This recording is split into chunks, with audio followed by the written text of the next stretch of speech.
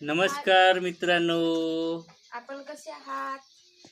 मी आशा करतो की तुम्ही छान असणार, बरे असणार, स्वस्थ राहा, मस्त राहा, हसत राहा, खेळत राहा. तर मित्रांनो, आज जेवण करत आहोत आम्ही आता. तर हे बघा इथं वडीचं आरण बनवलेलं आहे. हां, आता कसं सांग, त्यांना सांग बरं, आपल्या मित्रांना सांग बरं, कसं आरण कशी बनवली सांग.